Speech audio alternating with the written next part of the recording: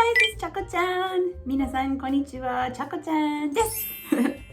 Welcome back to my channel. So today is the long-awaited Q&A video. Thank you so much for sending in all of your questions. We got a whole bunch of them in both English and Japanese. So today I'm going to do my best to answer as many of them as we have time for. What I decided to do is, since they're in both languages, I'm going to just put the questions down here in the space below so you can read it. And also, just for ease and speed, I'm going to answer everything in English. So sorry, but you're going to have to read subtitles in Japanese for the answers. Thank you very much. And let's get started with our number one question. Do you miss your home country, America, Miss Charlotte, such as families, friends, relatives, and special events? Yeah, of course I did miss my family and friends. It's hard not to be able to see them as often as I would like. And of course, it's really hard to travel with two kids. It's quite expensive and it's a hassle to bring all of their things. So unfortunately, especially right now, we're not able to travel to see family. And I do also miss the availability and abundance of organic fruits and vegetables. It's kind of hard to find those things here in Japan, especially fruit is really expensive and organic fruit is almost never heard of. So the way I'm going to solve that problem is grow as much of that as I can by myself. But other than those two things, not really. There's not a lot that I honestly miss about America. I'm really happy to be in Japan and I'm enjoying life here. So let's go to number 2. なぜ日本語を選びましたか? So I answered this in my video Why I Like Japan, which you can watch here. But basically the short answer is I was interested in Japanese culture through friends since I was a kid. I was really interested in Japanese music and some like Japanese anime, video games, and Pokemon and Japanese like pop culture things. So I decided to start studying the language when I was in high school. Then I realized I really liked studying and learning about the traditional culture and the history even more. So I ended up going to college to major in that. So that's how I got into Japanese. Okay, the next one is, this is a little bit long, but I'll try and read it. 英語は縦書きにできないから本の背表紙が見えにくいと思うんですが、本屋さんや図書館でどうやって本を探すのでしょうか? コツはありますか? Honestly, I've never actually really thought about this before. I think as native speakers, we just get used to reading sideways. It's actually easier than you'd think. So I think you could train your eyes to get used to it. If you become fluent in a language, your brain probably automatically recognizes words regardless of their alignment. So just try practicing reading it a lot and see how that goes for you. Next question, number 4. This is kind of a long question, so I'm not going to read it out. I'm going to write it on the screen here in English and Japanese, and I'm going to just give you a little bit of a short answer to the best of my ability. So this question is asking basically, what sort of recommendations do I have for Japanese schools? Like, what are there some things lacking compared to Western schools? And I think a good thing that would be especially good for upper grades like middle school and high school is to give Japanese students more chances and opportunities to speak in front of a group. In American school, for example, when we were in high school, we would often have like debate classes where you would go up, you would research a topic, you would go up and kind of state your case and like kind of argue like why you think something is this way or should be this way. And then you would have an opponent who would like argue against what you're saying and like state their opinion and back it up with research. I think a lot of times in Japanese like high schools, kids are taught basically just to memorize what's in the textbook and like memorize answers for tests. So there's not a lot of opportunity for them to state their own opinions or kind of like ask questions or research things as much or like question any information they're given. So it might be helpful for Japanese students to get more used to speaking in front of others and like saying their opinions and sharing their own ideas. I think that would also help Japan in going into the future as well. Of course, it's hard, I know, because Japanese people need to blend into society, to have group harmony. That's how things are done here. But giving kids more opportunities to think for themselves and to do more research and speak their own mind and opinions would be a great thing. And that's what we find in Western schools a lot. Also, just a side note, maybe a little bit more English practice or like better more opportunities to speak English with native speakers or just improved English might be helpful as well, because Japan is a little bit behind compared to other countries. All right, that was a long answer, but I don't want to get too much into that. That could be a little bit controversial, but those are my opinions.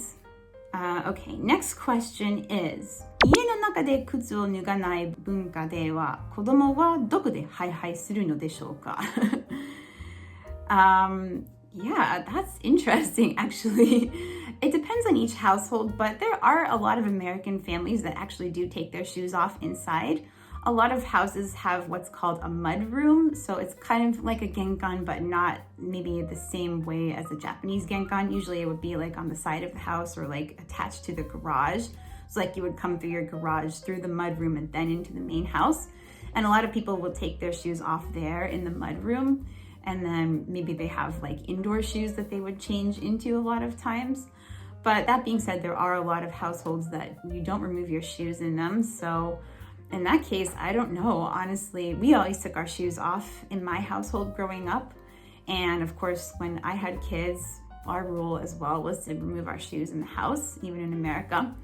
But maybe some families might make a rule where like there's a certain zone where you're not allowed to wear shoes, like where the baby's going to be crawling. We have things like baby gates or like these baby play pens where it's kind of like blocked off and the babies just stay in that area. So it's like away from the shoes. Or maybe there could be a rule where like no one wears their shoes when they go upstairs, like to where the bedrooms and the sleeping area is. But yeah, it really depends on each case. And I would imagine that a lot of babies end up crawling on the floor where people are walking with their shoes too. So yeah, it's just different culture, I guess. You know, sometimes some people in America say that like it's good for babies to get dirty. It builds their immune system. So everybody has their own opinions about that. But yeah, interesting question. Well, next one is a pretty deep question too. This is also very long, so I'm going to put it in the subtitles down here. But it's basically asking about religion. This couple is American and Japanese mix, and they have 2 adult children, but they don't really practice any religion at home, and they were asking what I thought about religion. So I was born into a Christian family, and I was raised that way. However, I've studied a lot of religions around the world.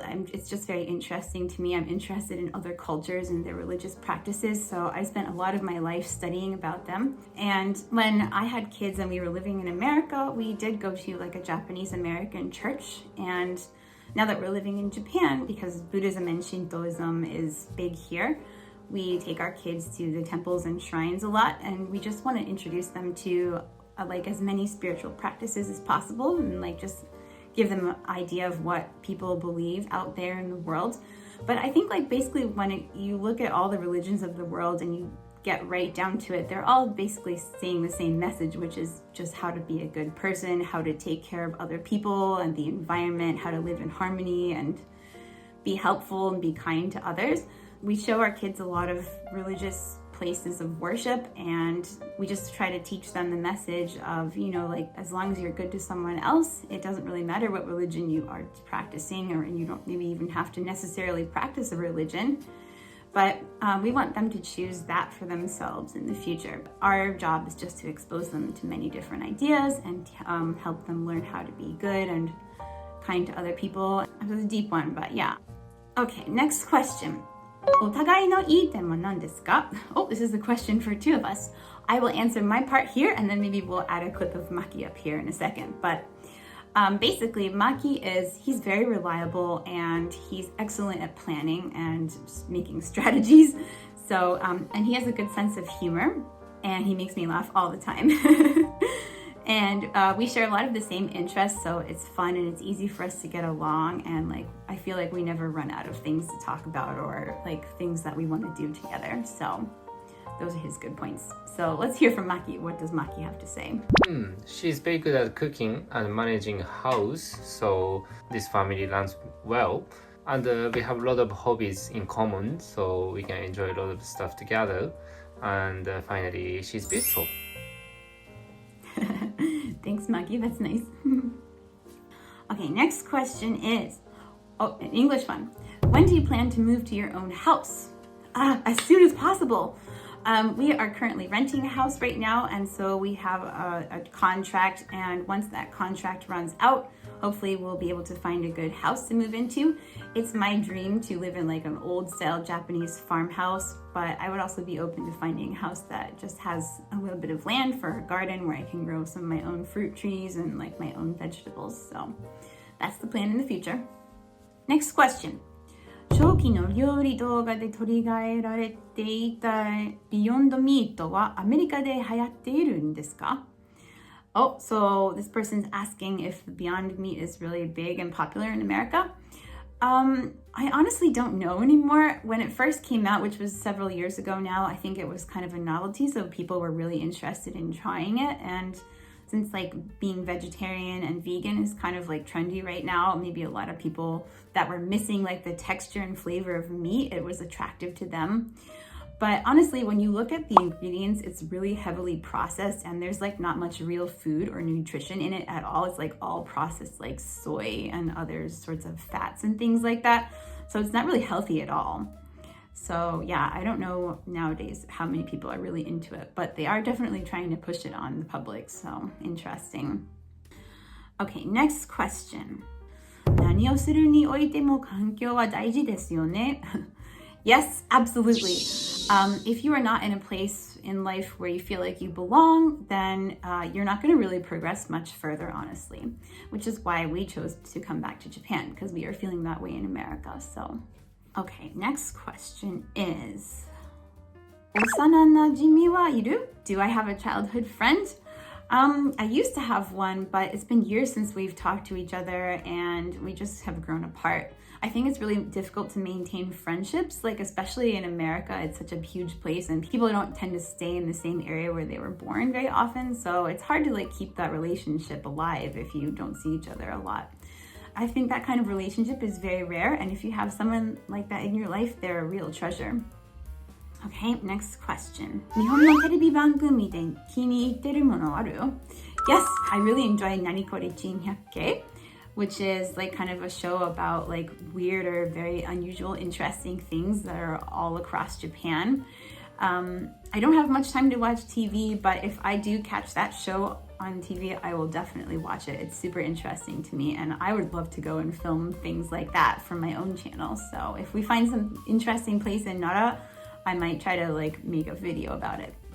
I also really enjoy some anime right now. We're watching JoJo no Kimyo na Boken and Kimetsu no Yaiba and also Jujutsu Kaisen. So those are my 3 current anime that I'm watching.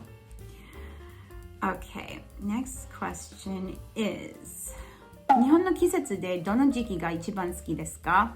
Oh, this is a really hard question to answer. But I think if I had to pick one, I would say fall is my favorite because I really just love the colors of the autumn leaves and it's not like quite cold yet, so you can still go outside and enjoy time outdoors and see all these beautiful leaves and colors. I also just like the flavors of fall, like kind of that harvest time is like a really warm and like fulfilling period in the year.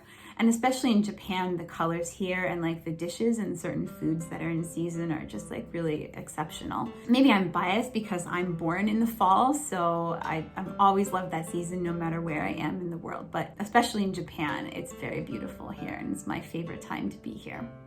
Okay, next question. 日本国内で奈良以外で好きな地域はありますか? あるいは興味を持っている地域はありますか? So where else in Japan do I like besides Nara? I love Okinawa. I think that if I had to move away from Nara Prefecture, I would go to Okinawa. I just really love the island vibe down there. It's so different from what I'm used to growing up. And I just think like it's so beautiful there. There's so many things to explore. The weather's nice, the food is good, and the people are super friendly. But that being said, I have never gone to Kyushu before, and from what I've seen online, or from pictures and things that I've seen and heard about the place, it sounds like it's really beautiful and interesting down there. So maybe in the future we'll go exploring down there, and maybe I will change my mind and consider Kyushu as well. I also really love Hiroshima. The area around Miyajima especially is very beautiful. And I think the people are really lovely and they're so kind there. And the city is just like really a fun place to be. And I also really like Hiroshima style okonomiyaki. So yeah. Okay, next question. 日本語の表現で面白いと思うものがありますか? So, is there any Japanese expression that I like? Yes, the one that I like is 猫の手も借りたい. So, it's basically an expression that means you're so busy that you even need to borrow like the cat's paws to help you out. I heard about this one a long time ago when I first started studying Japanese, and I just thought it was like really cute and catchy. Like, it's definitely an easy one to remember. And I also think that like we've all experienced a time in our life where we're super busy and like we even need to like borrow the help from our pets basically in order to like get everything done that we need to do. So it's a very relatable expression. I'm not sure that we really have anything like that in English, but we should. I also think it's so typically Japanese to like involve cats in an expression because Japanese people love cats here. Many of them do anyway. So yeah, it's just cute and super Japanese. Okay, next question is, what's the hardest thing about being a YouTube creator? For me, definitely it's editing. Obviously, when we go someplace and film something, we take a lot more footage than ends up making it into the video. But for me, because everything I'm filming and experiencing is so much fun and interesting, that I find it really hard to like cut any of it out of a video. And I also like to talk a lot, so like I'm always talking on and on. So yeah, it's pretty challenging for me to cut things out of videos. So that's where Maki comes in because he's like basically the final editor and like he does like the final checks. And he's pretty like ruthless when it comes to cutting things out. He's like, oh, これもいらない、あれもいらない。もうね、長すぎるからいらないよ。So basically, yeah, he is the one that cuts out all the いらないところ. And you know, honestly, that's fine with me. Like that's what he's good at, and I'm good at different things when we edit. So yeah, his critical eye is very important to me. So yeah, we balance each other out really well. Next question is, what's your favorite type of comment to receive? Oh, I love hearing comments like, your videos made me proud to be Japanese, or things like, for the first time ever, I feel like I'm glad to be a Japanese person. Those are the kind of comments that really drive me, and they're my biggest reason for making videos. I want to show the world how great Japan is. It's such a beautiful country, and I feel like things in Japan often get downplayed, or like a lot of people complain about things in Japan. Or criticize things that happened here in the past. But this country is so beautiful and it has such a long history, and everyone here should love that and be proud of that fact and keep the spirit of their culture alive. Next question is, you said once that you were in a long distance relationship. How did you communicate and keep the relationship alive? Ooh, yeah, this is a deep question. So we actually did long distance twice. The first time was after my first year abroad here, and I had to go back and finish my last year of university. So that was definitely the hardest time of my life. Even though when I was gonna go home, we got engaged and promised to get married after graduating college in a year. You know, a lot of things can happen in that time apart, and when you're so far away from each other, it can be really difficult to kind of keep the romance alive. So during those times, we messaged each other like basically every day. Like smartphones were just starting to come out, so I had a smartphone with email in it, so like we would always email each other. And it was like any time of day too, it didn't really matter for us. And we shared videos on YouTube, songs that reminded us of each other. We emailed all the time, like I said, and we Skyped. Yeah, this is before FaceTime was really a thing, so we used Skype back in those days. And we mailed each other letters and packages often, and actually we kept a blog, like a private blog together, where we would write little stories or things that had happened to us during like the week or something at school or at work. And yeah, we would write down things that we were thinking about and shared stories. And it was really good, like language practice for us, because we would write in each other's opposite language. So Maki would write his posts in English and I would write mine in Japanese. So it was like helpful to keep up our language practice as well. there were definitely hard times, but because we communicated often and a lot, and we had a common goal to work towards, which was getting married after graduating, that was able to keep our relationship alive and afloat. And I'd say that if two people really truly love each other, love is going to find a way, and you'll be able to find a way to make things work like we did. So yeah, it does take effort on everyone's part, but if you're faithful and you're working towards a common goal, that is motivation. And that was our motivation and helped us get through the hard times. And now we are here 12 years later. Okay, next question.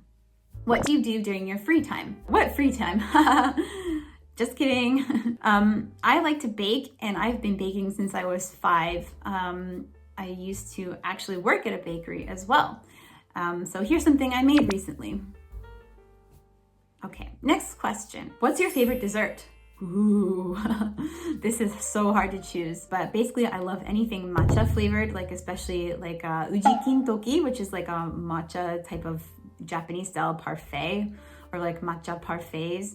But I also really love kakigori. You might have seen some of my kakigori videos before. I also love ankomochi and ichigo daifuku, as well as dorayaki, especially with matcha cream inside of it.